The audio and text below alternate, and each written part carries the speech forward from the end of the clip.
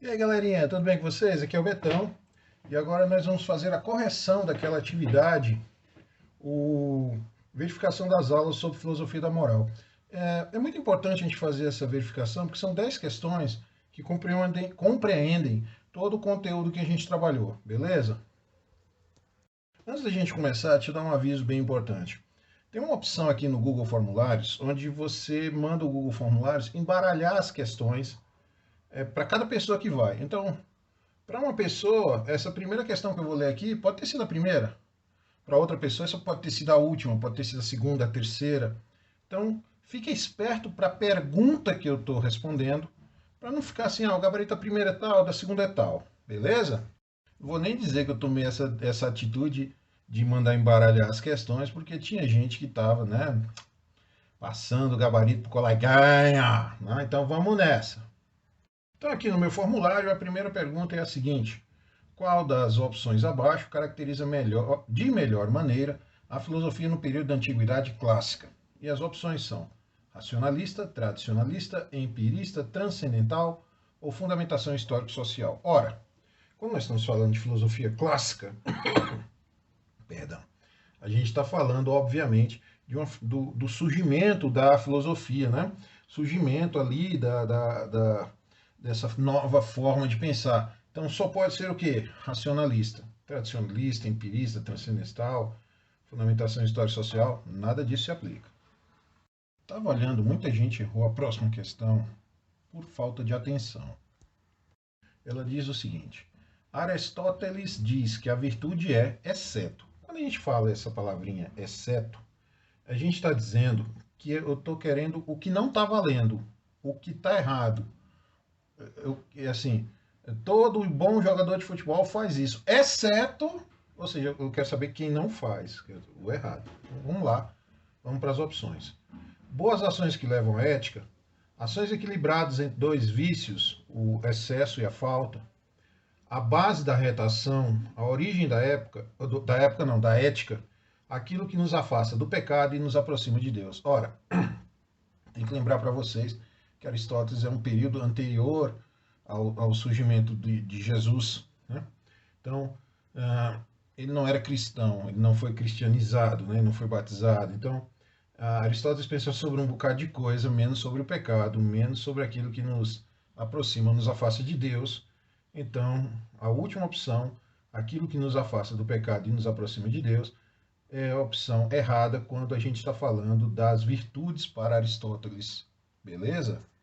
Cara, essa questão aqui é muito legal. Gente, essa questão que eu vou falar agora, ela é um pouquinho trabalhosa, porque ela imita as questões do CESP. Né? Então, a filosofia medieval é conhecida também como filosofia cristã. Por quê? Bom, você tem que pegar a pergunta e ver qual resposta, qual das opções responde melhor a pergunta. Primeiro item, porque ela é uma filosofia que coloca o teocentrismo como base do pensamento, voltado para um mundo além desta vida. Né? Essa é a resposta correta, obviamente. Vamos ver porque que as outras estão falsas. Né? A segunda opção, porque é uma filosofia que coloca o antropocentrismo como base do pensamento, voltado para um mundo além desta vida. Antropocentrismo não. Filosofia medieval, ética medieval, a gente pensa sempre o teocentrismo. Terceira opção, porque é uma filosofia que coloca o teocentrismo como base do pensamento, que aí não está errada. Voltado para um mundo interno, íntimo da relação entre eu e Deus. Não, isso está erradíssimo. Não existe na filosofia medieval essa ideia de um mundo pós-vida que é interno a nós. Não, isso aí é loucura. O quarto item, porque é uma filosofia que coloca o antropocentrismo como base do pensamento, só por essa frase já está errada, voltada para um mundo real, baseado na busca da verdade. Isso aqui é tudo menos filosofia medieval. O último item, porque é uma filosofia que coloca o teocentrismo como base do pensamento, ok, teocentrismo, ok. Voltado para um mundo racional. Não. Estaria certo se eu fizesse um complemento e colocasse que o racional, neste caso, seria Deus. Aí estaria certo, beleza? Próxima questão é a seguinte: para Santo Agostinho, a ética estaria baseada no barra na, ou na barra no, fé em Deus e servidão a seus ensinamentos, bom uso do livre-arbítrio, ações transcendentes que negam o mundo mundano e nos preparam para o juízo final, aceitação da lei através da razão legisladora, recusa a uma fundamentação exterior ao homem. Isso é uma pergunta absolutamente conceitual, gente. Você não tem que pensar muito para responder isso aqui. Pensou Santo Agostinho, você lembra filosofia medieval. Pensou filosofia medieval, você vai pensar na parte mais importante para a ética desse pensamento, que é justamente o quê? O uso do livre-arbítrio. Você é livre para fazer o que você quiser, usando seu livre-arbítrio. Só que você é obrigado a assumir as consequências de seus atos. Então aqui a segunda opção, o bom uso do livre-arbítrio, está correto. Por que a primeira opção não está correta, Betão? Fé em Deus e servidão a seus ensinamentos. Porque isso aí é o modo de viver, não é a ética que São Tomás de Aquino, ou nem São Tomás de Aquino, nem São Agostinho pregam. Ações transcendentes que negam o mundo mundano e nos preparam para o juízo final. Que ações seriam essas, né, amiguinho? Não faz ideia. Aceitação da lei através de uma razão legisladora. Isso aqui é Kant, tá? Isso aqui é Kant. Recusa de uma fundamentação exterior ao homem. E Deus está onde, por acaso? Não é não? Lá no Satanás de Rabo, que é o tal do Kant, vem a próxima questão, que é a seguinte: a ética kantiana é uma ética baseada na ideia transcendental de Deus? A gente já viu que não, Kant não está nem aí para Deus. Normativa, formalista e universal, que não se preocupa com o indivíduo? É isso aqui. Kant é isso aqui. Então a segunda opção é a correta. Que tem como princípio o uso equilibrado racional das virtudes. Não, quem tem isso, o uso racional das virtudes, é Aristóteles, que se baseia pesadamente na emergência da subjetividade individual. Quem se baseia pesadamente na emergência da subjetividade individual é justamente o que, por incrível que pareça, e eu sei que você sabe, é a filosofia judaico-cristã. E que finalmente busca a natureza racional a partir de uma mente coletiva, racional, comum a todos os seres humanos. Não, ninguém faz isso. Beleza? Vamos para a próxima. Eu adoro questões de citação. Essa aqui é muito legal. Representa um conceito ético baseado no princípio histórico da evolução da sociedade, que separa os conceitos de moral e ética como distintos, ainda assim atrelados à necessidade de uma sociedade dentro de um recorte espaço-temporal.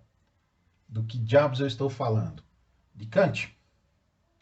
Do Karl Marx? Do Hegel?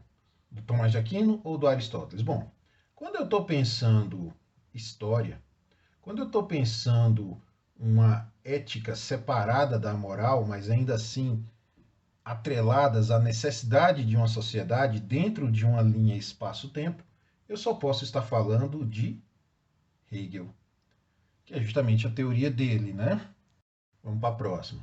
Observe a sentença. Você é livre para fazer o que quiser, mas é condenado a assumir as consequências do que fez.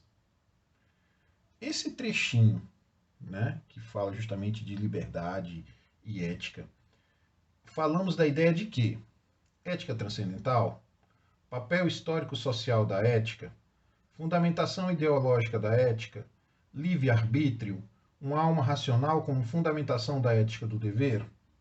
Ora, parece, mas essa é uma questão bem complicada e se você não prestar atenção, você vai se perder. Quando eu digo que você é livre para fazer o que quiser, mas é condenado a assumir as consequências do que você fez, eu estou partindo de um princípio de liberdade de escolha. Se a liberdade de escolha é o livre-arbítrio para a gente trabalhar as questões morais da nossa vida. Então, o item correto é livre-arbítrio. Por que não pode ser uma ética transcendental, Betão? Porque eu não estou transcendendo nada, eu não estou me elevando a um espírito superior, eu não estou me ligando a uma religião, a uma entidade cósmica toda poderosa, nada disso. Eu também não estou procurando papel histórico-social da ética, nem uma fundamentação ideológica para essa ética. Eu também não estou falando da alma racional, eu estou falando uma questão. Você pode fazer o que você quiser. Você pode comer chocolate ou você pode comer fruta. Você pode usar máscara ou você pode não usar máscara. Mas você pode fazer o que você quiser. Mas você é obrigado a ficar com as consequências daquilo que você fez. Comer chocolate? engordou. Não usou máscara, pegou Covid e morreu.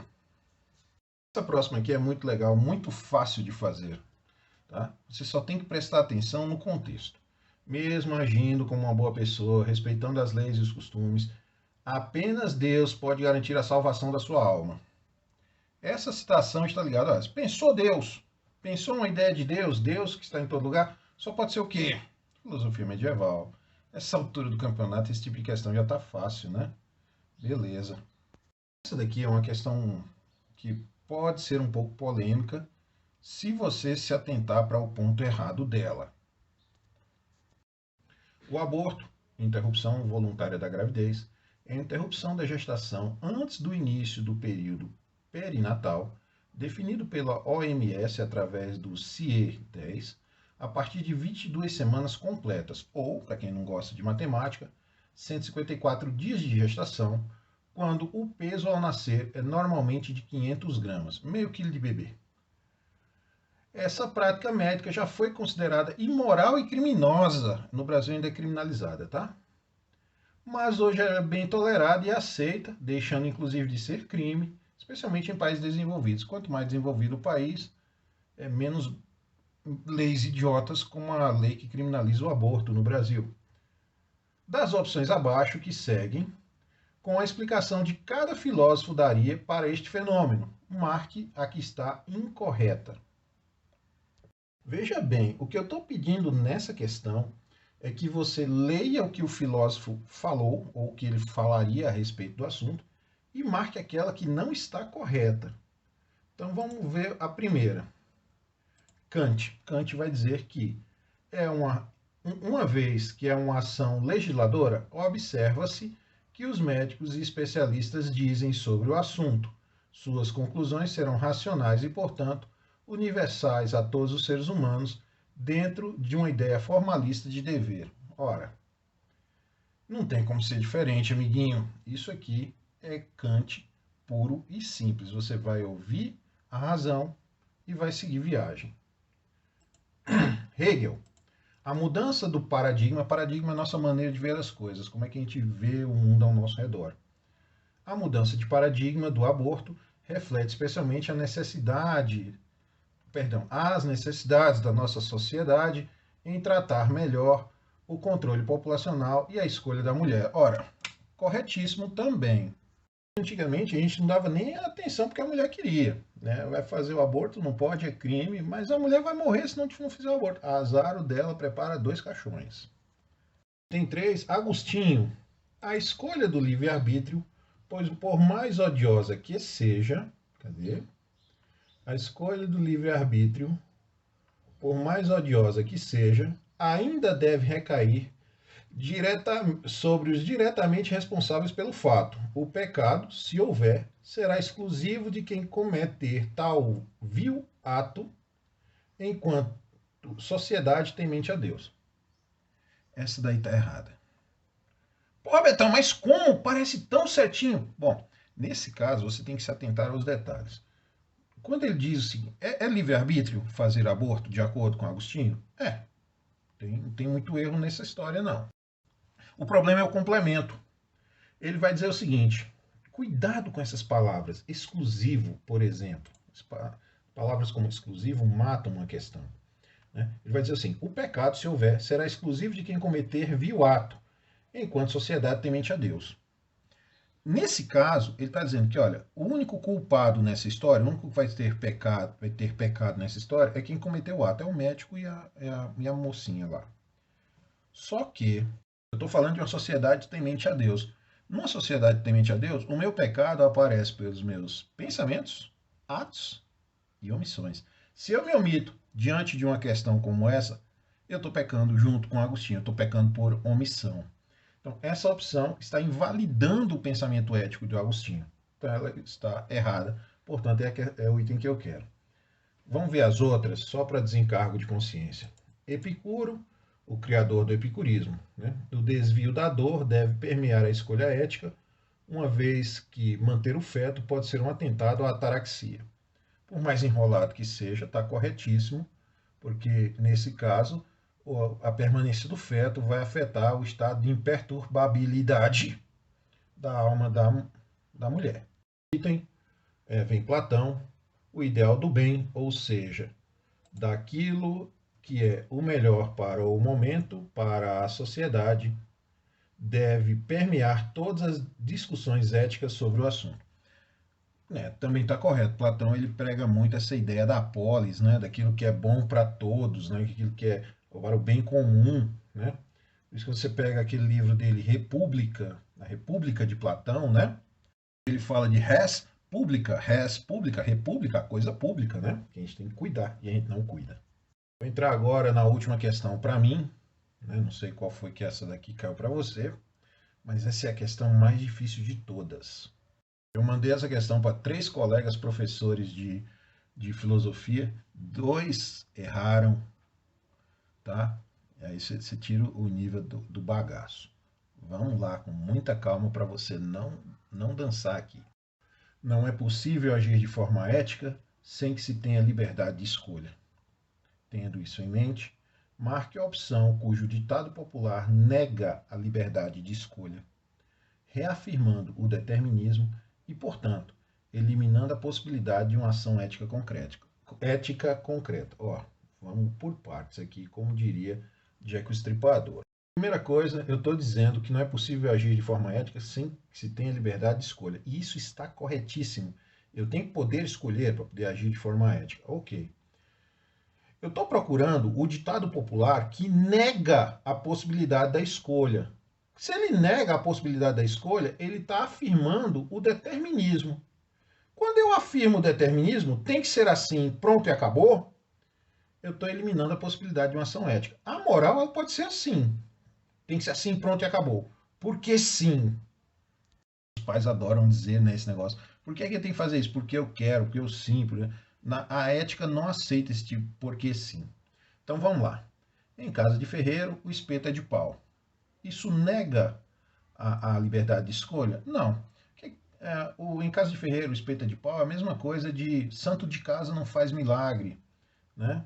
Que pode ser os pais, ou seu irmão, ou alguém da sua casa falar muito a respeito de um assunto, mas você só vai obedecer, só vai entender esse assunto quando for alguém de fora. Cão que ladra não morde. Quem dá aviso não vai fazer. Esse é um dos ditados populares mais errados que tem. Cão que ladra pode morder sim.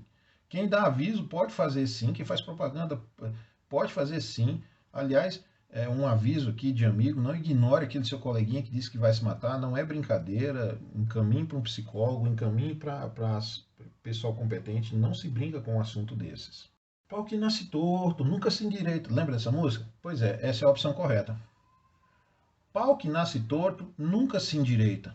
Esse é o mesmo princípio daquele um fruto nunca cai muito longe da árvore.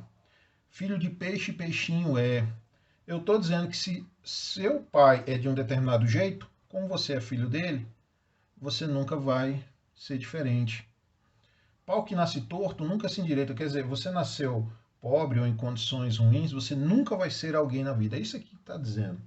Isso está errado, porque nega a tua possibilidade de escolha, a tua possibilidade de pensar uma vida nova para você. Então, essa aqui que está que nega a ação ética concreta, essa é a opção que a gente tem que marcar. Vão-se os anéis, ficam os dedos, você pode perder toda a sua riqueza, mas ainda tem aqui como trabalhar, como conquistar mais. Deus escreve certo por linhas tortas, por que não é essa daqui?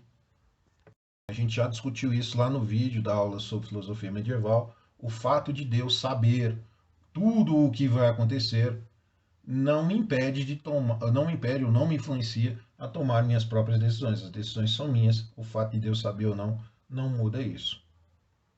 Beleza? Essa correção durou mais tempo do que eu queria. Queria que fosse uma coisinha mais rápida. Se você ainda assim tem dúvidas sobre qualquer uma das questões aqui, me manda uma mensagem no Hangouts, tá? E é isso, gente. Eu preciso aprender a amarrar meu cabelo antes do vídeo e Betão, adoro vocês. Até a próxima.